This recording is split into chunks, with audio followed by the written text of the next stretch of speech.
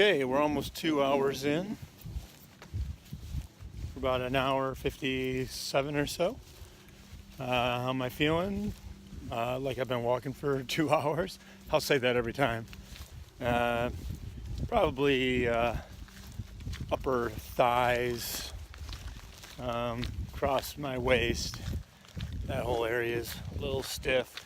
When I'm running, when I run after about 2 hours, now probably about an hour and a half, that's what starts also. Left side, usually extending from my leg up into my torso. That tendon and muscles through there usually pretty tight and pretty sore. So I know that's something I need to work on to get me ready for this. So my plan, what is my plan? My plan currently, how I did this, again, I started out pretty minimal, only what I could do. I was going by kilometers because it always feels like I go farther, which is just all psychological. If I run 3 kilometers, I feel a whole lot better than running a mile and a half or whatever. I began with a goal of running about 5K, running a 5K, which is a race, of course. And it's, people run it, and at that time it was a pretty good goal. And I would run, I was running 3 times a week about, and I would do a long run on Saturday or so, and then my long run would be, the 5K. And I'd do some short runs. I'd do maybe a speed workout, just quick little sprints, and run a hill every now and then. But it wasn't very far. And probably about 2 weeks in to my training, I decided instead of running by distance, I would run by time. I like running by time because it allows me to listen to my body and to run as fast as I feel like I can run for the day. The other thing it does is it forces me to run faster on the second half of my run than on the first half of my run. So I would run 10 minutes and have to be back under 10 minutes. So about 20-minute run. And I was running usually half an hour. The long run was 45 minutes. If I could get 45 minutes, that was pretty good. Over time, I have settled into a pace. I'm a pretty slow runner. My pace is about a 6-minute kilometer. I don't even know what that is a mile. It's about 10-minute mile. Somewhere between 9 and 10 minutes. But 6-minute K is very comfortable for me, and I feel like it's something I could carry for quite a while. So then what I started doing was planning out my runs by time. I will run half an hour and on this day, and then I'll run my long run will be 45 minutes, etc. And then I would add it up for the week, come up with something like 2 hours and of running. That was later on. The 2 hours of running, maybe an hour and a half or so, but it was like 2 hours of running. And next week I'll run 15 minutes farther. And it didn't matter how I did it. I'd run some short runs, run some half an hour runs. I'd run some longer runs, a 45-minute run. And just it would have to equal 2 hours and 15 minutes after my 3 days or so. And then I started adding a 4th day, Saturday. Monday, Wednesday, Friday, Saturday. So I was running a back-to-back Friday, Saturday thing. After about 6 weeks, every 6 weeks I would take a week off. So I've only been running since August. So, I'd run to the middle of August to beginning of October, and take time off, and then run whatever.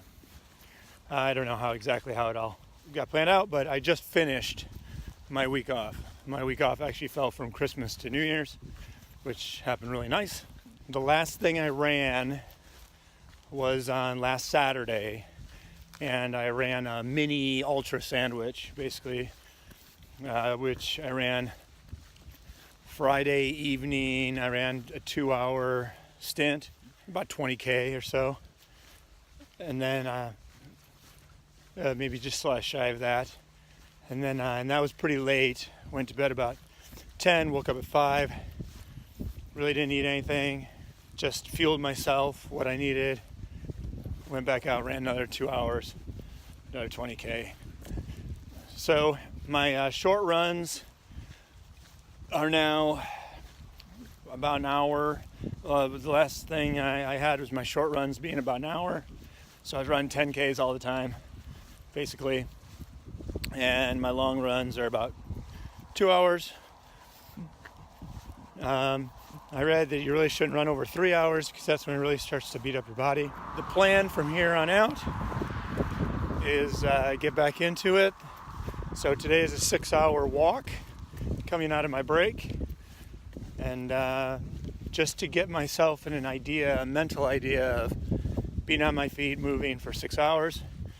Even though if you went to Disneyland, you'd probably be on your feet moving for 6 hours. And then Monday, I'll probably run 10K on Monday. See how I'm feeling. And time-wise, time is going to be really tough because of all my activities I'm doing. It takes me from 7 o'clock in the morning until 6 p.m. at night every night and day. So it's going to be really tough to get my running in. I could run Tuesday, Thursday, Saturday, 3 days. I'd rather run 4. I'll just have to see what's going on. But I'll start back down to maybe even some short 45-minute runs. Monday I tend to feel really good on Monday, so I tend to run quite a ways. And then Saturday I force myself to run quite a ways. With something in between. Wednesday I'll do some hills. That's about it. I really don't do any speed works unless I'm out on a 45-minute run or something, or an hour run, and I feel really good, and I just take it fast. For me, fast, be like a 5:30K or so, and just kind of go out and run hard and come back and feel good about myself. Again, I think a body can be trained to do whatever you want it to do. It takes about 2 weeks for your body to get used to any new thing. So if I keep out every 2 weeks, I keep kind of pushing myself up, then I think in time, then I'll be able to do it. Am I planning on running the whole 50K? Probably not. It'd be nice. Right now, my goal is to 13 kilometers. Time 2 hours, 4 minutes, 54 seconds. Previous kilometer in 10 minutes, 1 second. 10 minute Ks when I'm walking. That's not bad. My goal is to if it's not pouring rain, which Western Oregon is going to be raining all the time. That's why today's a beautiful day. If it's not pouring rain, then I plan on running roads. I have a plan, kind of what I'm going to do. About a 13K loop back to my house, but it does take me on some busy roads. I've run it before. I run a bunch out in the country. After I come back around to my house, where I'll have a little aid station set up for myself, I'll run a 10K loop. Well, it's actually more like 11 or 12K. Another different loop. It's got one sizable hill. That's okay. I'll walk, run it, unless I feel good, and then maybe I'll just run it. But it'll take it out of me later on, which will bring me back to my house again. Go out, run another 11K loop. At that point, I'll probably be dying a quick and ugly death. But I'll be back in my house, and then from there on, I've got about a 5K loop that's it's on back streets, and it's a comfortable loop, a couple hills, but I can walk my hills. I can run down and walk up if I have to. Little short ones, about a block long, or half a block long. And then I'll do like 4 of those loops, because they're 5K. And it'll bring me back to my aid station, so to say, every 5K, which will be great at the end. I'll fuel with what I feel like I need. Finish it out. See if I can get my 50K done. If I'm dying, I'll walk. I am not that proud. My goal then, I guess, is to complete it, to finish my 50K. My mini goal would be run the first 30K and live through the 20K. Here